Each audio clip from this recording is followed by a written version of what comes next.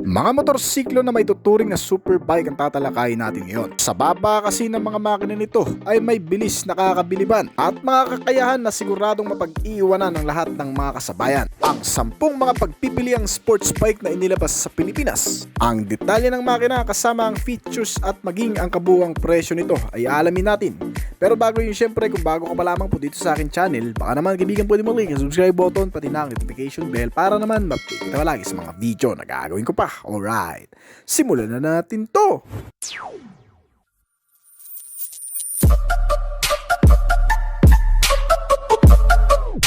Number 1, Yamaha YZF-R3 300. Ang Yamaha YZF-R3 300 ay isang sports bike na ginawa ng Yamaha Motor Company mula noong 2015.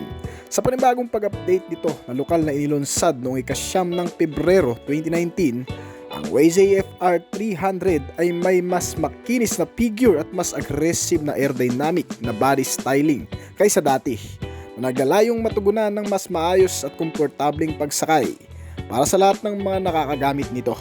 Sa kasalukuyan ng sports bike na ito ay inaalok sa isang variant lang ng standard na may ABS na kasama.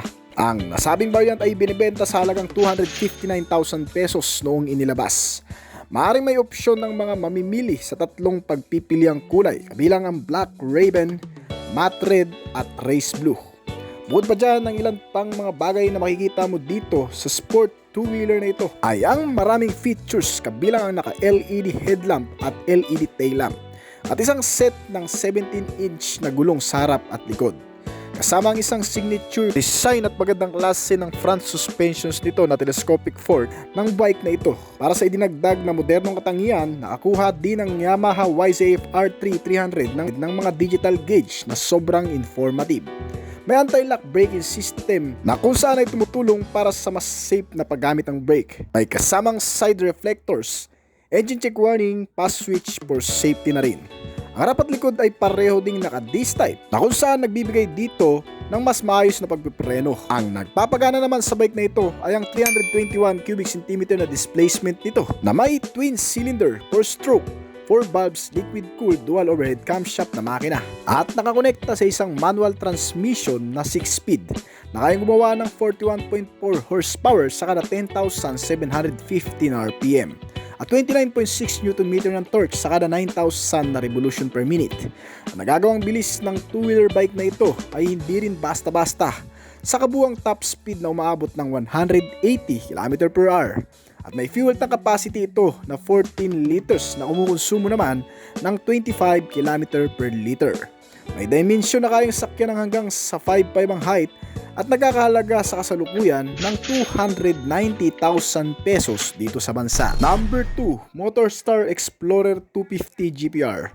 Ang lalabas lang ding motorsiklo sa merkado na Motorstar Explorer 250 GPR ay nagbibigay ng pag-asa sa mga rider, lalo na sa mga sport lover, na magkaroon ng isang klase ng motor sa abot kayang halaga. Ang Explorer 250 GPR ay nag-o-offer ng mga hindi karaniwang mga katangian para sa nakatalagang retail price nito na 84,000 pesos. Gaya ng isang sporty muffler, magandang klase ng suspension, LED projector type na headlamp, digital gauge, at ang nakakamanghang disenyo nitong kinuha sa Ducati Panigale, na kung saan ang mismong estilo nito ay kamukha ng Panigale sports bike ng Ducati. Hindi rin maisasantabi ang mataas na windshield protector nito na ginawa ayon sa magandang aerodynamic. At pagdating naman sa side profile, kasama ang mga fairings, garnish, pati na rin ng mga decals ay napaka-aggressive. Hindi mo rin naman maitatanggi kasi mukha rin namang mamahalin ang datingan. Itong Motorstar Explorer 250 GPR ay pinapagana ng 249 cubic centimeter displacement habang sinamahan ng mga naka-single cylinder 4-stroke single overhead camshaft sa buong makina nito na nakakonekta sa isang 5-speed at manual na transmission. Kaya mag-produce ng maximum output na 22.12 horsepower sa kada 9,000 RPM at 22.5 Nm ng torque naman sa kada 7,000 RPM. At may average top speed ito na umaabot ng 160 km/h. Ang ilang estilo sa motor na ito ay fully covered ng plastic garnish, pati na ang pang-ilalim nito na may undercowl top na rin. Parang pangkarerang tire na katulad ng sa Repsol Concept motorcycle. Ang mas maganda pang bagay na meron dito ay naka-inverted upside down ang telescopic fork na front suspensions. Kadalasan ng USD fork ay nakikita lamang sa mamahaling motorsiklo, habang rear suspension naman ito ay swing arm center monoshock absorber. Pagdating naman sa safety measure, makakapit na rin ng mga brake system, gawa ng parehong naka-disc type ang front at rear nito, na nakalagay naman sa makakapal na sukat ng gulong. Sa front ito ay may 110 by 70 or 17, habang ang rear tire size naman ito ay 130 by 70 or 17. Itong motor ay ginamitan ng naka-carburetor type pa na fuel supply system na kahit papano ay may katipiran na rin sa konsumo. Kayang umubos ng 1 litro sa layo na 28 km. May starting option na kick and electric, kaya hindi ka na rin mangangambang malobat ito sa daan. Itong Motorstar Explorer 250 GPR ay may seating height na 795mm. Ayang sakyan ng hanggang sa 5'4" ang height at tumitimbang ng 160 kg. Ang ground clearance nito ay 210mm, ay tama lang din para maisubog sa mga bahaing lugar, lalo na sa Maynila. Para sa kasalukuyang presyo, ito ay may estimated price na 84,000 pesos, pero parang mas tumaas ito ng kaunti ngayong taon. Number 3, Rossi Cyclone 400S. Inilabas sa bansa ngayong taon ng bagong modelo ng Rossi na Cyclone 400S, isang sports touring bike na may katawang pang sports bike ngunit nagbibigay ng upright riding position sa mga sasakay. Ang adventure sports bike na ito ay ginawa ng Songchen Manufacturer mula sa China, isang kumpanya na nakilala na rin sa iba't ibang bansa at naglalayong panatilihin ang kalidad ng mga produktong inilalabas nito sa murang halaga. Sinasabi rin ng brand na handang makipagsabayan sa mga Japanese brand ang mga motorsiklong nagmumula dito. Gaya nitong Cyclone 400S ay nilagyan ng maraming bagay para mas umakma sa kahit saang lugar na paggagamitan. Kabilang ang mga safety features sa brakes at mga convenient features nito. Itong Cyclone 400S ay pinapagana rin ng malakas na makina na may 401 cubic centimeter na displacement, twin cylinder parallel at naka-liquid cooled engine. Naka-fuel injected type na rin ang fuel supply system nito at nakakonekta naman sa isang manual na transmission na may 6-speed na variable shifting. Kayang gumawa ng 42 horsepower sa kada 9,500 RPM at 39 Nm ng torque naman sa kada 8,000 RPM. Ito ay may kabuuang bilis na umaabot ng 175 km/h at kayang kumonsumo ng 25 km per liter at may fuel tank capacity na 21 liters. Bukod pa dyan, ang ilan pa sa mga ipinagmamalaki ng modelong ito ay ang magandang klase ng appearance sa external. Naangkop sa makabagong henerasyon, dala ang magagandang features gaya ng naka-LED type na mga ilaw at isang projector LED headlamp sa gitna. Malakas na DRL ang kasama nito at may 6-inch TFT display instrument cluster.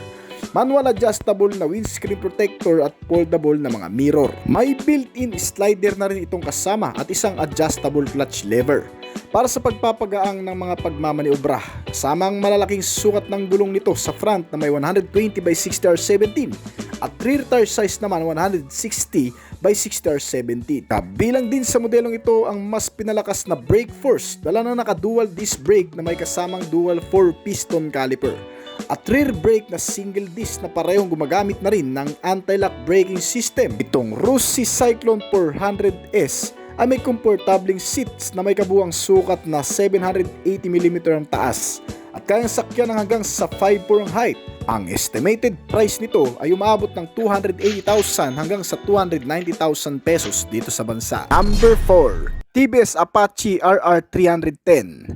Nag-aalok ang TVS Apache RR310 ng mga itsura ng hindi binabase sa aktual na performance nito. Para sa merkado ng Pilipinas, ang sports bike na ito ay ginawang available na may isang variant lang ng ABS. Ang pagpipresyo dito ay wala pang opisyal na inilalabas sa ngayon. At habang bago pa lamang sa merkado, ay nagpapakita na rin ang ilan sa mga katangian nito na siguradong magugustuhan ng kahit na sinong nagnanais nito. Ang Apache RR310 ay nilagyan ng maraming feature, kabilang isang pares ng 17 pulgadang gulong sa harap at likod. Mga naka-disc brake din ang parehong harap at likod na brake at isang unique vertical display na digital panel gauge. Kasamang notifikasyong ibinabahagi sa mga rider nito ang RPM mileage, speedometer fuel gauge at ang orasan. Ang posturang parang big bike ang datingan ay aagaw din talaga sa pansin ng marami. Kasama ang iba pang mga bahagi ng body nitong bike. Mula sa external na graphics, design at decals at sa kaaya-ayang kulay na kombinasyon. Hindi rin maisasantabi ang mga nagagandahang mga ilaw nito mula sa harap at likurang bahagi na parehong mga naka-LED type. Itong TVS Apache RR310 ay pinapagana ng malakas na makina na 312.2 cubic centimeter na displacement at may single cylinder 4-stroke 4-valve single overhead camshaft engine na kayang gumawa ng maximum output na 34 horsepower at 9,700 RPM at 27.3 Nm ng torque naman sa kada 7,700 RPM. Ang Indian bike na ito ay nakagawa rin sa field ng bilis na humigit kumulang sa 170 km/h na top speed. Ginagawang mas malakas sa pamamagitan ng 6-speed na manual transmission, constant mesh at nakakabit sa Bosch electric fuel injection system. Kaya hindi lamang malakas ay matipid na rin. Ang pinaka nagdadala rin sa kabuang bahagi ng body mechanism ay ang steel treeless slip chassis frame nito. Dalawang matitibay na suspension sa front na inverted cartridge telescopic fork at swing arm center monoshock absorber para sa rear suspension. Para naman sa safety features, nagbibigay din kalakasan sa pagpipreno nitong motor ang gamit na 300mm at 4-piston na caliper sa front brake nito, habang 240mm single piston caliper naman sa rear brake. Ito ay parehong naka-ABS na rin, kaya asahan mo na ang ligtas na paggamit ng biglaang pagpipreno, lalo na sa mabilis nitong takbo. May kasama na rin itong assist and slippery clutch para mas mahusay ang pagbabank sa pakurbadang kalsada upang maiwasan na rin ang pagkaskid ng mga gulong. May mga sukat ang gulong sa front na 110/70R17 at 150/60R70 naman ang rear nito, sa parehong naka-tubeless tires at alloy na rin. Itong modelo ay may 11 liters ang fuel tank capacity at kayang kumonsumo ng 25 to 30 km/liter. May bigat ito na 160 kg at may taas na kayang sakyan ng hanggang sa 5'5" ang height. Dito sa bansa ay walang opisyal na presyong lumalabas mula sa brand kung magkano nga ba ito. Pero kung gusto mo talagang malaman yan, agad na makipag-ugnayan sa mga dealer branch nitong brand. Number 5. Honda CBR 150R. Ang Honda CBR 150R ay ginawa mula sa MotoGP DNA. Na-update ang sports bike na ito noong 2021 at nasa isang variant ng ABS lang. Sinabi rin ng Honda na mayroon itong mga advanced technology sense para sa klase nito. Nagtatapong itong modelo ng bagong assist slippery clutch, inverted fork front suspensions at bagong twin LED headlight at LED taillight na disenyo. At kasama na rin ng front winker o hazard nito para sa mas mataas na visibility, at ang isang ganap na digital panel instrument cluster ay nagbabahagi naman sa mga rider ng mas malinaw na impormasyon. Samantalang sinamahan din ito ng adjustable rear suspension para sa freeload ay mas mapapatibay palalo kung maidadaan mo sa malulubak o mga pababang kalsada. Ang magkabilang gulong nito ay ipinares sa parehong naka-tubeless at alloy na mags na may kabuang sukat sa front na 100/80R17 at 130/70R70 naman sa likurang bahagi. Sa kabilang banda, pinapanatili rin ito ang bank angle sensor, isang built-in na features pangkaligtasan na otomatikong pinapatay ang makina kapag nagbanking ng hanggang sa 60 degree sa magkabilang panig. Dahil dito ay mas lumalakas ang confident ng bawat sasakay. Ang nagpapagana sa Honda CBR 150R ay isang liquid-cooled na engine, dual overhead camshaft at may 149 cubic centimeter na displacement. Naka 4-stroke 4 valves na rin ito at ang milay nagpapalabas ng 17 horsepower at 14 Nm ng torque na parehong pinamamahalaan ng 6-speed manual transmission, kaya ang pinakamabilis na takbo na nagagawa nito ay umabot ng 140 km/h. Itong Honda CBR 150R ay nilagyan din ng mga disc stopper sa parehong gulong kasama ang dual channel na anti-lock braking system o ABS. Para sa mga biglang pagpipreno nito, ginamitan na rin itong modelo ng isang fuel supply system na PGM-FI na katutulong sa mas matipid na konsumo ng gasolina. May fuel tank capacity na 12 liter at kumukonsumo ng hanggang sa 45 km/liter. Ang marangyang pagsasama-sama ng mga teknolohikal na katangian at magandang panlabas nito ang mas nagpapalakas ng appearance sa masa. May magandang klase ng upuan at magagandang posisyon ng pagsakay. Ilan lamang yan sa una mong mapapansin sa motor na ito. Bukod pa dyan ang ipinamamalas nito kapag dala mo na sa kalsada. Itong Honda CBR 150R ay may bigat na 126 kg. May ground clearance ito na 166mm at taas na 1077mm. Kaya ang sukat ng height na kayang sumampa dito ay hanggang sa 5'4", depende pa sa adjustment ng suspensions. Para sa kabuang presyo, ito ay nagkakahalaga ng 180,900 pesos lamang dito sa bansa.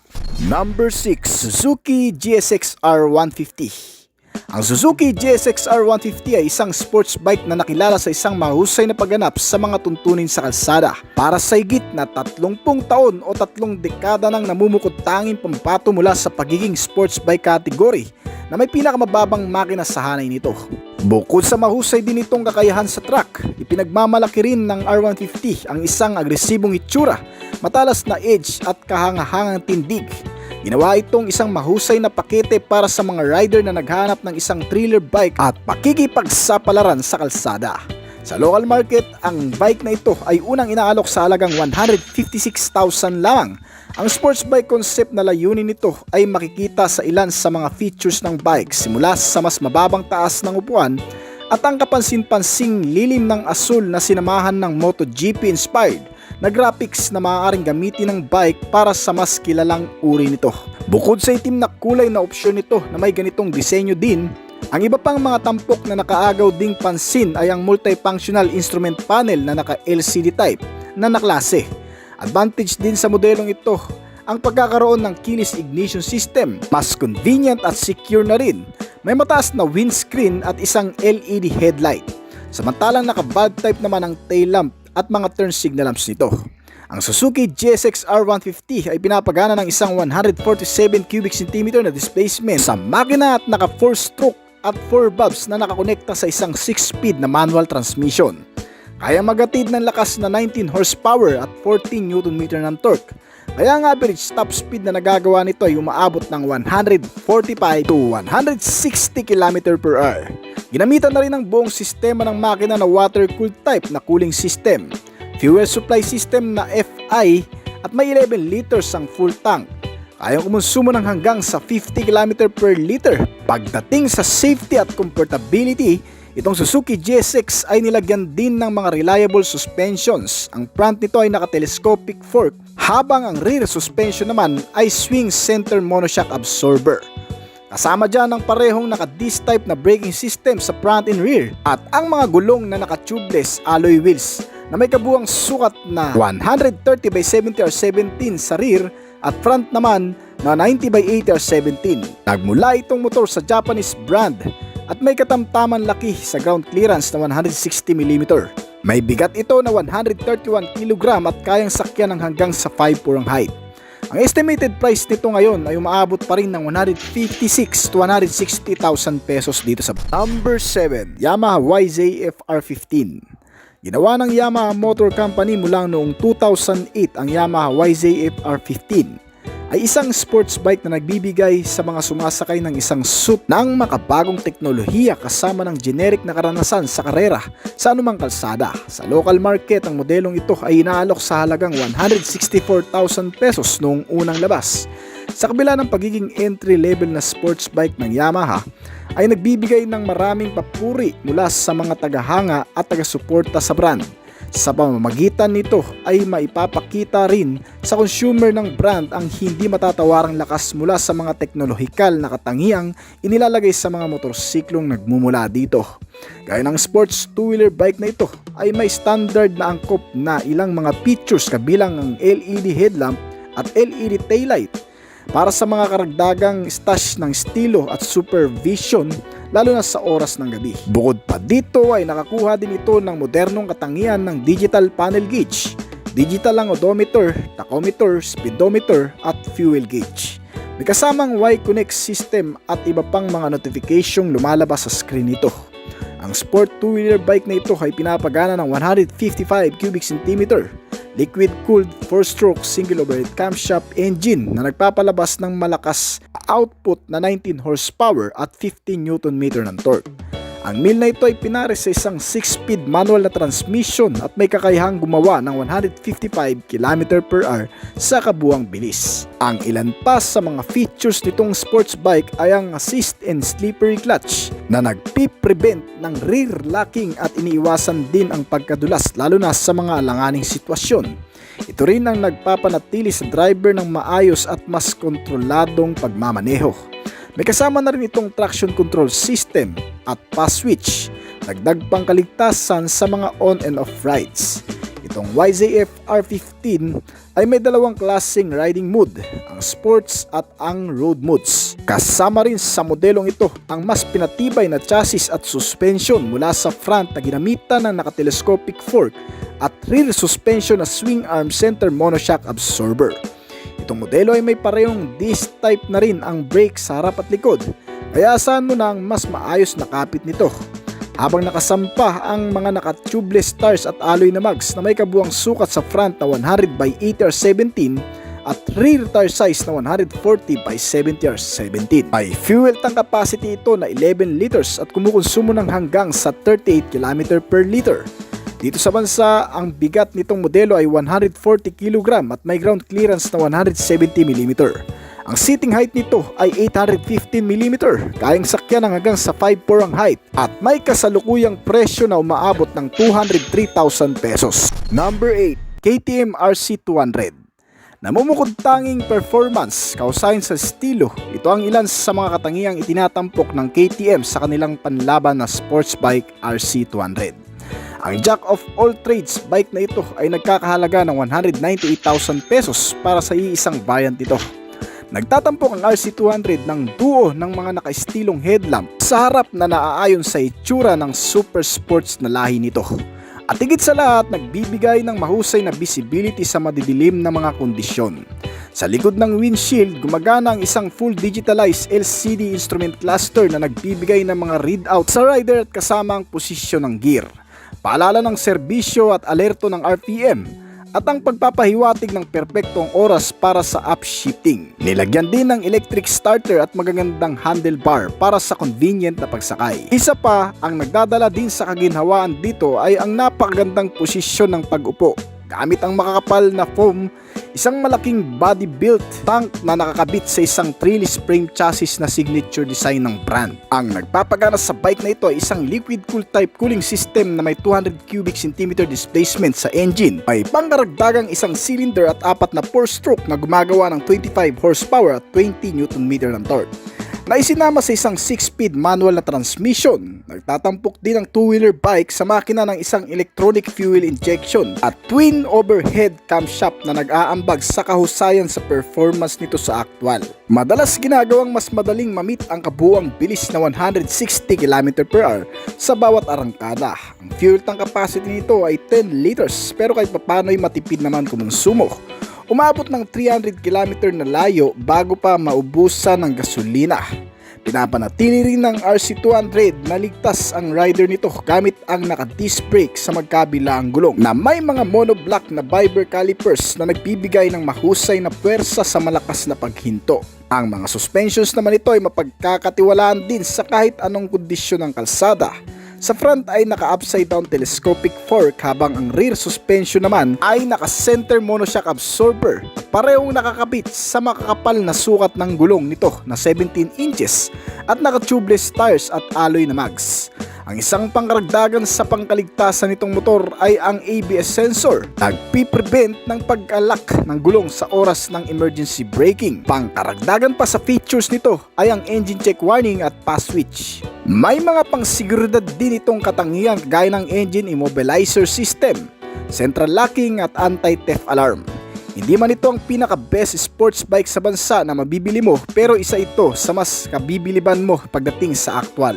Para sa mga modernong katangian at mga nilalaman ng motor na ito, ay may retail price sa kasalukuyan na 162,000 pesos. Number 9, CF Moto 300 SR. Ang CF Moto 300 SR ay ang entry-level na sports bike na may lakas at pagganap na mas mataas kumpara sa presyo nito. Nilunsad itong motor noong August 14, 2020 sa halagang 165,000 pesos. Ang motor na mas maihahambing sa mga expressway legal bike dahil sa laki ng kaha at nakakamanghang performance nito. Ang 300 SR sports bike ay pinapagana ng 292.4 cubic centimeters, single cylinder, 4-stroke, 4-valves, dual overhead camshaft at liquid-cooled na engine na may kakayahang maglabas ng 29.6 horsepower na kada 8,750 RPM at 25.3 Nm ng torque sa kada 7,250 na RPM.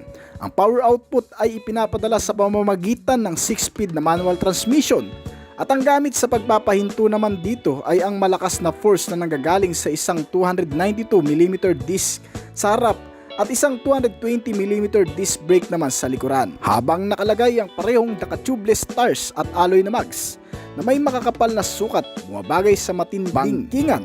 Ang front nito ay may 110/70 or 17 ang sukat habang ang likurang bahagi naman ng gulong ay 140/60 or 70 naman. Kasama rin sa mga pangunahing tampok sa modelong ito ay ang mga naka-LED headlight at tail lamp. Sa likod ng windshield makikita ang isang 5-inch all digital TFT display instrument cluster na nagpapakita ng iyong fuel gauge, temperature gauge, speedometer, tachometer, trip meter at odometer. At nagpapakita rin ito ng iba't ibang mga layout para sa sport at mga eco mode na notification kasama ang iba pang mga sign. At hindi pa yun, kasama rin sa tampok na pangkaligtasan sa motorsiklong ito ang isang karaniwang ABS system na nagbibigay daan para sa mas kontroladong hard braking at mga biglang pagpipreno. May magagandang klase ng suspension ding inilagay dito para sa mas maayos at balancing pagsakay lalo na kapag umaandar. Ang front ay ginamitan ng upside down telescopic na fork habang ang rear suspension naman nito ay naka-center monoshock absorber. May kabuuang bilis na 165 hanggang sa 170 km/h. May fuel tank capacity ito na 12 liters at fuel consumption na 30 km/liter. Ang buong bigat nitong motor na may 165 kg ay tama lang din para maiwasang hampasin ng makakasalubong na hangin. May ground clearance ito na 135mm at kayang sakyan ng hanggang sa 5'5" ang height. Para sa kasalukuyan, ang estimated price nito ay 165,000 pesos. Number 10, ang Motorstar Explorer X200R. Isang kilalang brand na rin sa bansang Motorstar na kung saan ay nagpapanatili sa paggawa ng mga dekalidad na motorsiklo at scooter sa abot kayang halaga. Kagaya ng modelong inilabas nito na Explorer X200. Isang sports bike na klase ng motor na sa pormahan ay hindi na rin magpapahuli sa ilang mga brand competitor. Ang lineup ng bike ay inilabas sa iisang variant na gasoline manual transmission at may dalawang klaseng kulay na pagpipilian. Gaya ng marami, itong motorsiklo ay competitive na rin sa pagkakaroon ng malaking makina na 200 cubic centimeter displacement capacity. May malaking fuel tank na 14 liters at pinapagana ng air-cooled single-cylinder 4-stroke na may 6-speed manual transmission. Ang buong bilis nito ay umaabot ng 140 km/h at kumukonsumo ng 1 litro sa kada 30 km na layo ng tinakbo. At kung sa bagay naman ang external ang pagbabasehan, hindi na hamak na mas maporma na rin sa karamihan. Mula sa harap makikita ang dalawang twin halogen headlamp kasama ang windscreen protector na kinukubre ang analog instrument panel. Analog type ang fuel gauge, tachometer, speedometer pati na rin ang odometer nito. Ang iba pang mga ilaw sa motorsiklong ito ay naka-bulb lang. May kasama na ring indicator light at adjustable ang headlight. Kaya okay na rin ang visibility sa gabi. Pagdating naman sa garnish fairings at mechanism, ang mga ito ay nakakabit sa isang steel type backbone body frame. At may mga suspensions na napakasulit na rin. Ang front ay naka-ordinary telescopic fork habang naka-center monoshock absorber naman ang rear suspension nito. Pagdating sa mga safety measure, mas ini-ensure pa rin ng Motorstar ang pagiging safety ng mga taong sasakay dito gamit ang parehong naka-disc brake sa front and rear na brake nito. Ay mas makapit at mas malakas na rin ang pagpipreno kasama ang parehong 7-inch tires na may 110/70 or 17 sa front at 130/70 or 70 naman ang rear. Kaya kung naghahanap ka ng mas murang option para sa kategoryang ito, ang Motorstar Explorer X200R ang isa sa maire-recommend ko.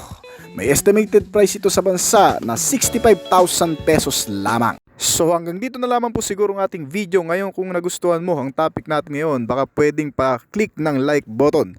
Ganun din kung may nagustuhan kang motorsiklo dito ay pwede mong i-comment yan sa ibaba pagkatapos ng video na ito. Ngayon kung bago pa lang po dito sa akin channel, baka naman kaibigan po din click ang subscribe button pati na ang notification bell para naman ma-update dito palagi sa mga video na gagawin ko pa. At syempre hintayin ko rin ng opinion at comment mo sa ibaba kung may mga katanungan ka tungkol sa video na ito. Huwag kang mayang mag-comment kaibigan upang sa ganoon ay masagutan ko rin ang mga nais mo pang malaman at makakuha rin ako ng idea mula sa iyo na magagamit ko sa aking mga susunod pang video na gagawin. This is Oblisk Collection. Thank you!